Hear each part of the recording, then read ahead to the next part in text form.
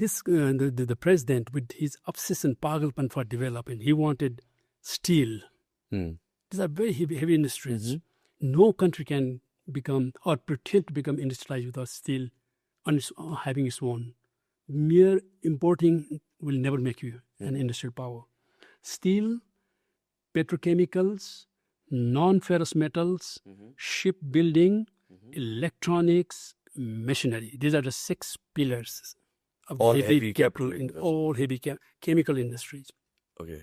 Now the question is, it is very crazy for someone to dream Massive of such risk, yeah. massive scale. Now look, you don't, like I said earlier, no coal mining resources, no iron ore, no domestic market, no financial resources, no skilled human labor. All you have is only vision. So therefore, the first thing is what? He wanted steel industry in Korea. And naturally went to World Bank. Hey, World Bank, can you help me? We want to build this Pohang iron steel company, mill. And World Bank said, what? Do you have a market? No.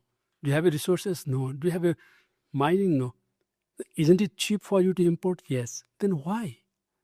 So fair enough, World Bank refused.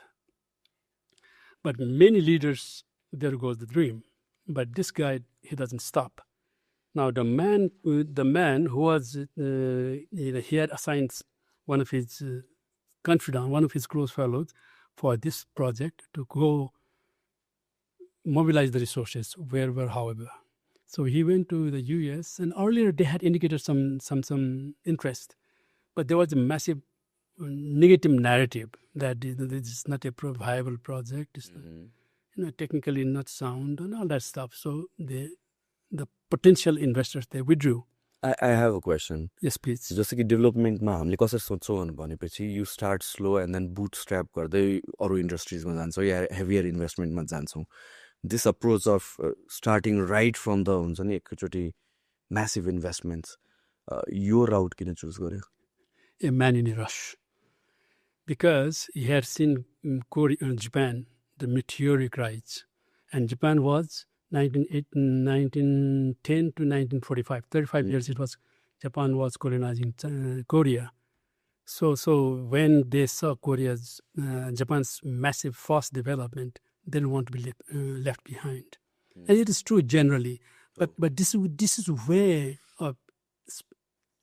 exceptional leaders are defined or categorized separately, that they didn't follow the trodden path. They created the path. Same with LKY, Lee Kuan Yew.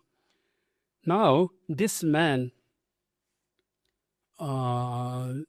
he goes to America, he couldn't find the resources. And for him to come back, Blue House, the presidential house in Korea, they call Blue House, for him to come back and say, Mr. President, I failed in my mission. Oh, that's a shame. He couldn't do that. How can I disappoint my president?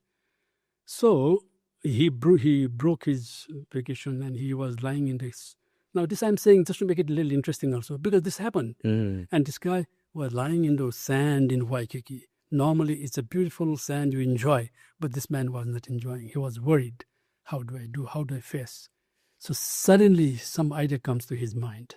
And he jumps, packs his suitcase, goes to Japan, not to Korea, Japan. And Japan, he had started there and he had served in some diplomatic posts for a few years.